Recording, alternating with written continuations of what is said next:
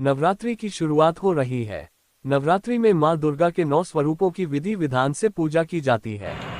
साल भर में कुल 4 नवरात्रि आती है, जिसमें चैत्र और शारदीय नवरात्रि का महत्व काफी ज्यादा होता है। माना जाता है कि नवरात्रि में माता की पूजा अर्चना करने से देवी दुर्गा की खास कृपा होती है। मां दुर्गा की सवारी वैसे तो शेर है, लेकिन जब वह धरती पर आती है तो उनकी सवारी बदल जाती है। इस बार मां दुर्गा डोली पर सवार होकर धरती पर आएंगी।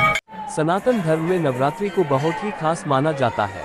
पूरे साल में 4 नवरात्रि आती है, जिसमें चैत्र नवरात्रि और शारदीय नवरात्रि सबसे खास मानी जाती है। नवरात्रि के 9 दिन मां दुर्गा को समर्पित होते हैं। नवरात्रि में मां दुर्गा के 9 रूपों की उपासना की जाती है, जिसे नवदुर्गा के नाम से जाना जाता है। आज से शारदीय नवरात्रि शुरू हो गए हैं। हिंदू धर्म में नवरात्रि के त्योहार का विशेष महत्व होता है। नवरात्रि पर देवी दुर्गा के 9 अलग अलग स्वरूपों की विशेष रूप से पूजा की जाती है।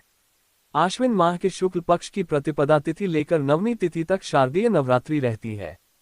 शुभ मुहूर्त में कलश स्थापना के साथ विधि विधान से मां दुर्गा की पूजा और अनुष्ठान आरंभ होते हैं। नवरात्रि के पहले दिन देवी मां पहले स्वरूप मां शैलपुत्री की आराधना की जाती है।